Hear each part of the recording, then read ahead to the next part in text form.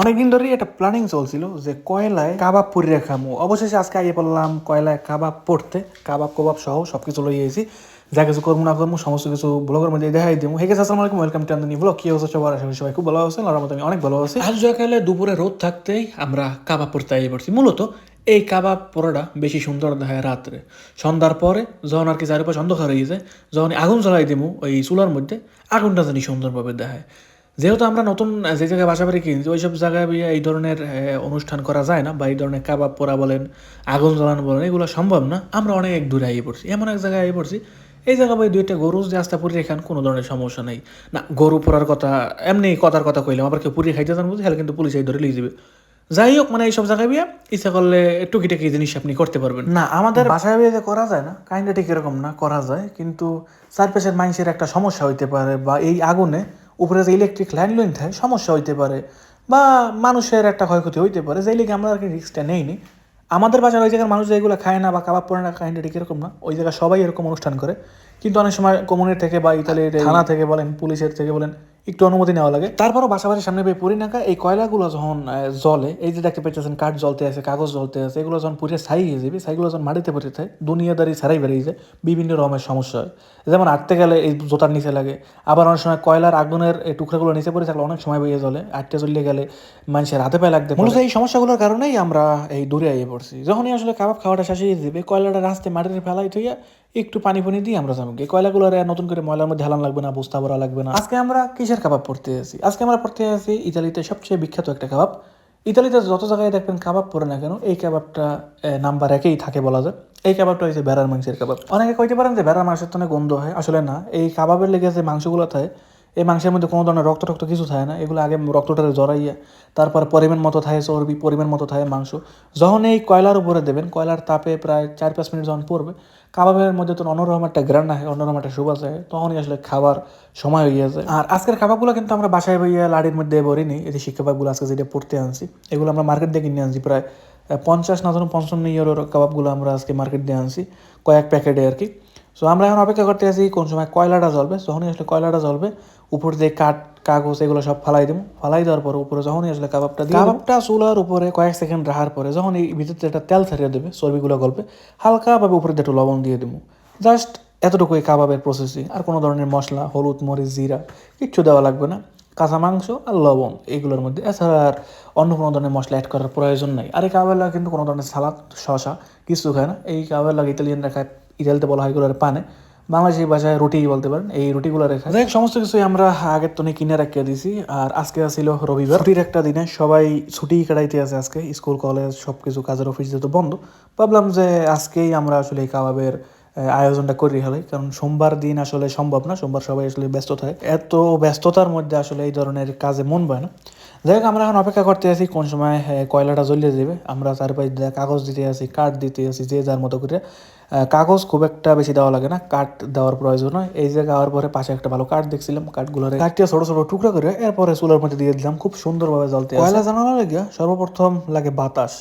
অনেকে ফ্যান ব্যবহার করে, অনেকে মুখ দিয়ে করিয়া বাতাস দেয়। আর এই জায়গা আজকে ভালো বাতাসের গতি আছিল, যেমন প্রাকৃতিক বাতাসই বলতে, এই বাতাসের চোটে সব কয়লাগুলো আজকে জ্বালাই হেলাইছে। আজকে আমরা পড়তে দিয়েছি ভেড়ার মাংসের কাবাব। মূলত ভেড়ার মাংস আবার আম্মু খায় না, আম্মু লেগে খুঁজতে গেছিলাম গরুর মাংসের শিক কাবাব, ইতালি মার্কেটে পাওয়া যায়।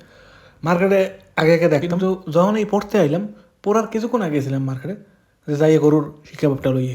মার্কেটে যাওয়ার পর খুঁজি পাই না। যারা মার্কেটের কাছে ধরে যে গরুর শিক কাবাব দেখছিলাম, কই এগুলো? কয় আসলে তো আগে, আজকে শেষ হয়ে গেছে। কেমনটা লাগে? এখন যেমন কাবাব পড়তে আম্মু কাবাব খাইবে, হ্যাঁ মার্কেটে এই কাবাব নাই, তা আম্মা চাইছে কি করবে, পরে রুটি কিনে লই এলাম যে আমরা এই কাবাব দিয়ে যে রুটিগুলো খামো, আম্মু বই বইয়ে তুমি এখন সেই রুটিগুলো রেখাও, কি আর করার আছে। এই ধরনের কাবাবগুলো চাইলে মার্কেট থেকেও কিনে খাওয়া যায়, কিন্তু কাবাব পোড়ার যে একটা আনন্দ, এই বিভিন্ন রকমের জিনিসগুলোরে আয়োজন করার যে একটা আনন্দ আছে বিয়ে বাড়ির মতন, এই আনন্দ লেগে আসলে কাবাব পড়তে এলাম। মার্কেটে ওই ধরনের পোড়া কাবাবগুলো পাওয়া যায়, মার্কেটে না, সুপার মার্কেটের মধ্যে পাওয়া যায় না। এগুলো পাওয়া যায় অনেক বড় বড় অনুষ্ঠান হয়, কনসার্ট হয়, ওই ধরনের রাস্তার পাশে বইয়া এই বড় বড় গাড়িতে করে এই কাবাবগুলো বিক্রি করে একদম। ওরা আবার কয়লায় পড়ে না, ওরা পরে গ্যাসে। গ্যাসের পোড়াটা আর কয়লায় পোড়াটা সেম সেম, কিন্তু কয়লাটা একটু প্রাকৃতিক, গ্যাসও প্রাকৃতিক। কিন্তু আমার মনে হয় যে কয়লায় পড়লে এটার স্বাদটা একটু ভালো হয়। যেমন অনেকে পছন্দ করে গ্যাসের রান্না, আবার অনেকে পছন্দ করে মাটির রান্না। তবে মাটির চুলা করে যে ধরনের রান্নাগুলো করা হয় ওইগুলোই মানে মানুষ বেশি পছন্দ করে। ঠিক একইভাবে এই গ্যাসেও সেই কাবাবগুলো পোড়া যায়, বাসার গ্যাসে না, কিন্তু এক পদের মেশিন আছে এই কাবাবগুলো পোড়ার লেগে। ওই গ্যাসের চুলোয় এগুলো পোড়া যায়, আবার কয়লায় পোড়া, যে যেরকম করে পারে বা যার যেরকম সিস্টেম আছে এরকম করেই পারে। এটা একটা ইন্ডাস্ট্রিয়াল এলাকা, চারিপাশে মিল ফ্যাক্টরিতে ভরা।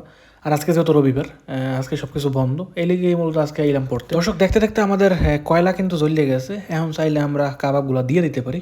এই যে সুন্দরভাবে কাবাবটারে এখন এটার উপরে দিয়ে দিব, লাড়াই ছাড়াই রাখতে হইবে, আর নয়তো এক পাশ যদি পুরিটা শক্ত হয়ে যায় আর এক পাশ যদি কাঁচা থাকে জিনিসটা খুব বেশি একটা ভালো হইবে না। এটাতে ঘুরাই পড়তে হইবে।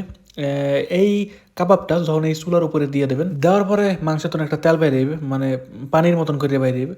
যখন এটা বাইরে দেবে হালকা করে লবণ দিয়ে দেবে, যে যেরকম লবণ খাইতেছেন, অনেকে আছে লবণ করা খান, আবার অনেকে লবণ কম খান, যে যেমন খাইবেন ওই অনুযায়ী লবণ দিয়ে দিতে হবে। আর খালি ঘুরাইতে হবে। ঘুরানোর পরে যখন এই মাংসের কালারটা পরিবর্তন হয়ে যাবে, যেমন এখন কাঁচা মাংসের একটা কালার আছে লাল, যখন এটা পুরি হালকা একটু কালা কালা বা যে যেমন খাইতেছেন, অনেকে আছে একটু নরম অবস্থায় খাইতেছেন, আবার অনেকে আছেন শক্ত অবস্থায় খাইতেছেন। তবে আমি খুব বেশি একটা পড়ি না, পড়লে এটার গ্রানটা অন্যরকমের হয়ে যায়। এটা যখন উপর দিয়ে একটা হালকা লালচা কালার হয়ে যাবে, পোড়া কালার ঘুরানোর পরে, ঠিক তখনই আসলে এটা খাওয়ার উপযোগী। এই যে দেখতে পাইতেছেন লবণ লইয়েছি, লবণটা খুললে আস্তে আস্তে কাবাবের চারিপাশে ঘুরে দিতে হইবে। এক পাশে দিলেও হয়, আবার ঘুরে দিতে পারেন, যে যেমন দিতে চান ঠিক একইভাবে দিতে পারেন। আর লবণের লেগে কোনো স্পেশাল লবণ না, যে কোনো ধরনের লবণে এইগুলোর উপরে চাইলে ব্যবহার করা যায়। একের পর এক এদিক দিয়ে কাঁচা মাংসগুলোরে আমরা চুলার উপরে দিয়ে দিতে আসি, কারণ কয়লার তাপগুলো আসলে যাইতে আসি গিয়া। এই কয়লা একবার জ্বালাইলে 3-4 ঘন্টায় কয়লা আর বন্ধ হয় না। আমরা আজকে যা কয়লা জ্বালাইছি টোটাল সম্ভবত 200 না 250-র মতো কাবাব পড়ছি। এই কলা দিয়ে চাইলে কয়েক হাজার পর্যন্ত কাবাব পোড়া যায়। আর এই মাংসটা হইতে যদি সময়ের কথা কইতে চাই, 3 থেকে 4 মিনিট যদি ভালো তাপ হয়, আর যদি তাপ কম থাকে 5 থেকে 7 মিনিট পড়লেই আসলে এই মাংসটা হয়ে যায়। এই মাংস যারা খান নাই অবশ্যই খাইবেন।